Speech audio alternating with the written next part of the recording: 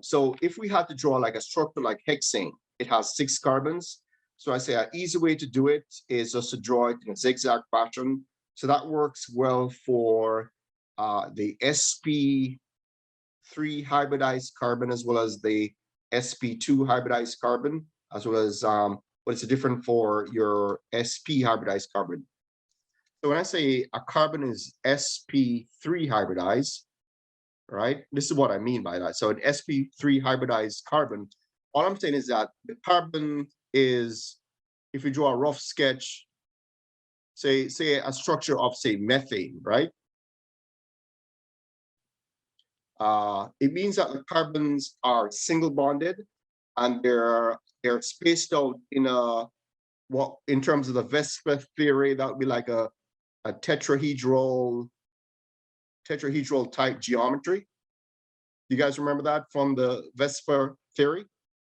And does anyone remember what the bond angles would be if it's everything is spaced out between the hydrogens and the carbons? Say if this is like your methane structure here, the bond angle, I think it's, if I remember correctly, it's like, is it 109.5, something like that? So if the carbon is sp3 hybridized, it just means that we're talking single bonds. It's just mainly single bond carbons. They're single bonded carbons. So we're talking single bonds. And then in terms of the geometry, it's tetrahedral in terms of geometry. Bond angles are roughly 109.5 degrees.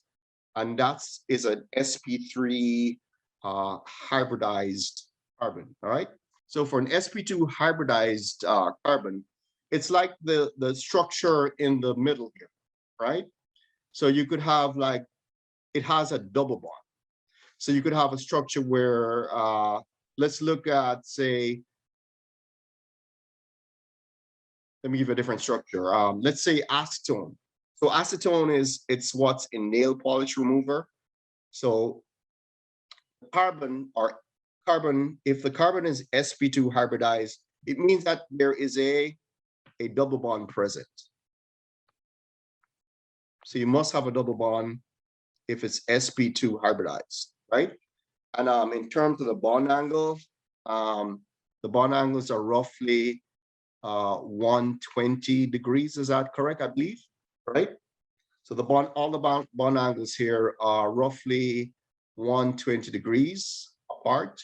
You want to make sure everything is spaced out.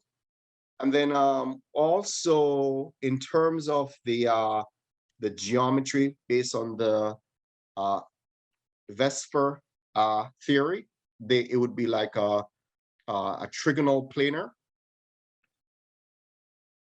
I'm just kind of reviewing Gen Chem for a second here. This is like a trigonal planar. All right, so you may want to write this down if you're taking notes, right? So that's your example of an sp2 hybridized carbon. So in the diagram I show in the middle, so the carbon number 2, let me use a different color to highlight this. Carbon number 2 and carbon number 3 are sp2 hybridized carbons. Carbon number 1 and 4 are sp3 hybridized carbons. And the difference is the fact that they're attached to a double bond. All right, that's the only difference. Is that good? And then the third hybridization that we want to talk about is what's referred to as sp hybridized carbon. So let's take a look at an sp hybridized carbon for a second. So let me clear this screen for a minute.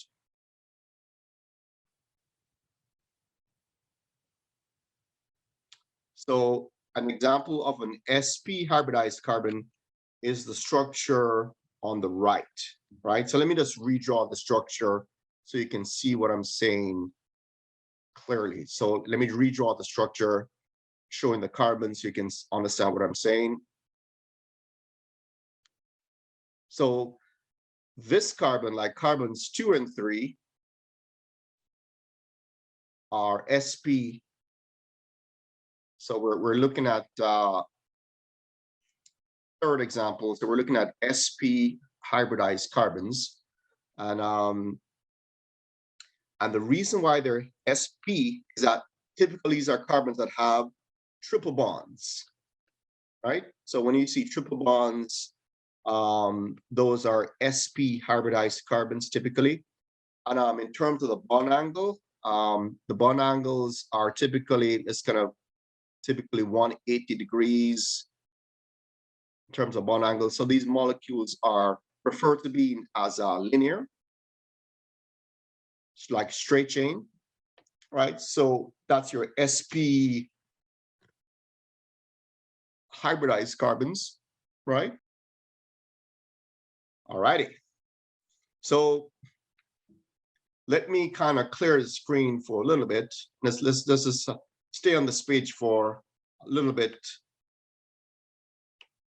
longer here. All right. So let me just kind of clear this, clear that, clear this. Triple bond structure is linear. And in terms of your bond angle, it's 180. Boom. All right. So let me just kind of erase this as well. And let's just stay on this page for a second. And let me just repeat the same process, just to ask you the same question that we had before. I just want to make sure that no one is left in the process. So let's just repeat the same questions I had before. All right, so just going in the reverse order. All right, so if we look on the 2-butene, this is the one that has a carbon-carbon triple bond. For carbon number 4, how many hydrogens are attached to carbon number 4? 3 carbons, you got it. So there are 3 carbons attached to carbon number 4, labeled number 4, right? Then how many do you think would be attached to the carbon labeled 3? How many hydrogens do you think are attached to the space that you see between the bonds? It just represents a carbon.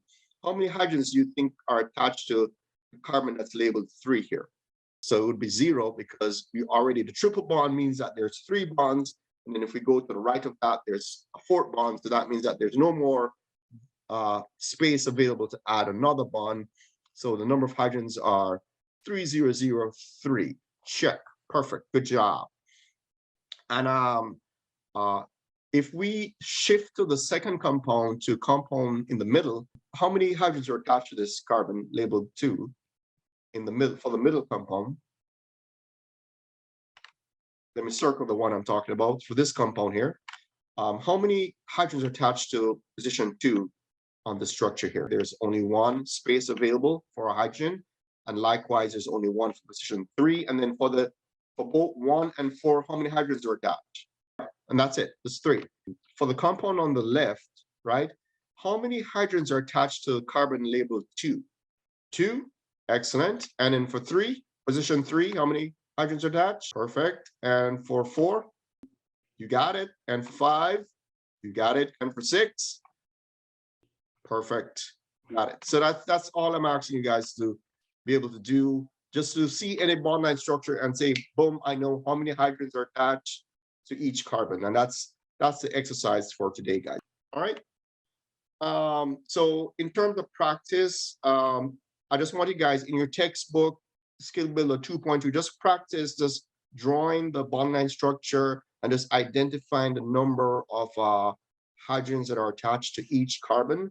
So that's just look in your text and just practice the Skill Builder section 2.2, just looking at the Lewis structure, converting that to bond line structure, identifying the number of hydrogens present for the respective carbon. All right, that's just a takeaway. All right, and then just to summarize everything in terms of drawing bond line structure. So remember, the rule is that you want to make sure that first you draw all the lines in a zigzag fashion. That's step 1. Step 2 is that you want to make sure that you space out the bonds far apart from each other as possible. So what do I mean by that? So if you're drawing like acetone, this would be the best way to draw acetone than drawing it this way, which would be a bad way of drawing it, because the molecules are kind of compressed on each other. So you want to kind of space out your drawing as best so that the atoms are far apart from each other as possible.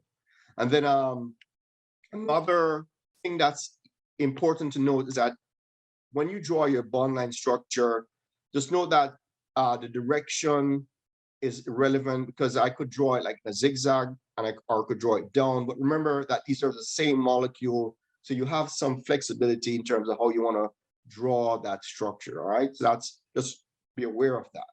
we have flexibility. Another thing to note is that when we convert the Lewis structure to the bond line structure, only the hydrogens that are attached to heteroatoms remains. All the other hydrogens are hidden. That's just the takeaway there. And then another thing that's important, because we are doing the tetravalent rule based on the octet rule, you never want to add more bonds than is needed, all right? And that's just a summary of that exercise. So another important application of drawing bond line structure is that it gives us a quick way of knowing if our chemical reaction has occurred. So what do I mean by that? So say this is a structure of, this is a condensed structure of an organic molecule. If we perform a hydrogenation reaction, say we add hydrogen and palladium, then hydrogens are attached to the double bond, so we get a saturated molecule as shown. But if you draw it in a bond line structure format, much easier to kind of see the transition that, hey, I have saturated my double bond to give me my single bond. So that's another useful reason why we draw a bond line structure, so you can see which bonds are broken, which bonds are formed for any chemical reaction, all right?